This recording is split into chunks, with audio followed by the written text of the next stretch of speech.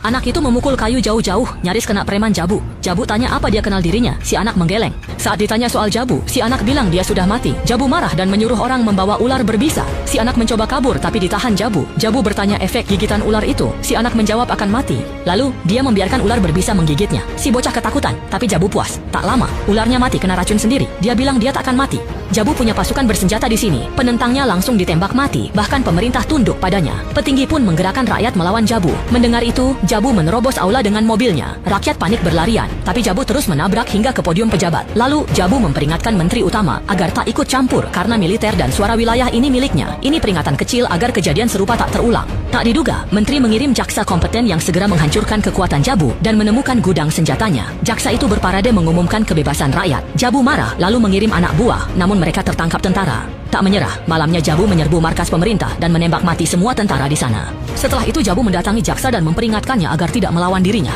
Selesai bicara, prajuritnya ditembak mati. Jaksa memohon berhenti, tapi Jabu menyuruhnya mengikat 2 lonceng. Saat jaksa menolak, 2 orang dibunuh hingga ia terpaksa setuju. Dia minta Jabu tak membunuh lagi, namun usai mengikat lonceng, Jabu malah menyuruhnya menari erotis. Seorang perwira mencoba mencegah, tapi langsung dijatuhkan anak buah Jabu. Jaksa tetap tak mau menari, anak buah Jabu pun menarik pelatuk. Ia terpaksa mengalah dan mulai menari mengikuti irama drum. Warga sekitar tampak menderita dan putus asa. Meski sudah mempermalukan jaksa, Jabu tak ingin melepaskannya. Mereka dibawa ke hutan pegunungan dalam, tempat menyingkirkan pejabat. Yang membangkang akan dibangsa elang hidup-hidup di sana. Namun, yang tak disangka semua orang, jaksa tiba-tiba saja melarikan diri.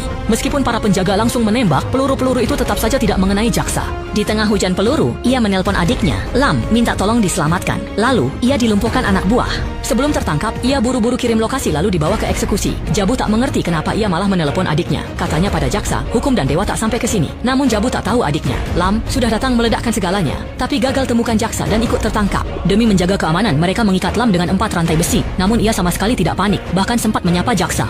Jaksa menantang Jabu, berkata adiknya ditangkap untuk memancingnya. Anak buahnya melapor bahwa Lam baru saja menghabisi 300 orang sendirian. Lam meremehkan bahwa ia menghabisi 100 orang di tiap tahap perjalanannya. Namun ia masih belum puas. Ia tarik rantai besi hingga pria kekar di sampingnya hampir jatuh. Lam tanya jaksa, mau Jabu habis semenit atau diancam 10 menit? Baginya sama saja. Jabu marah, suruh anak buahnya menyerang. Si pria kekar tarik rantai. Anak buah lain menyerbu. Lam jatuhkan 1 orang pakai sikutan, sisanya dengan 2 pukulan, lalu pakai golok lawan potong talinya. Saat keluar lumpur, pria itu menariknya kembali. Lam marah, menangkap rantai, menjatuhkan lawan, lalu mencabut patok batunya. Saat anak buah menyerang, ayunan patok Lam menjatuhkan semuanya. Jabu yang marah langsung mengirimkan petarung andalannya. Namun tak disangka Lam yang berhasil melepaskan diri langsung menebas kepalanya. Dan di detik berikutnya, kepala itu malah dibawa pergi oleh seekor elang. Semua orang yang marah pun langsung mengejarnya. Saat anak buah lain menyerang Lam, Lam dengan sigap merebut sebuah senapan mesin.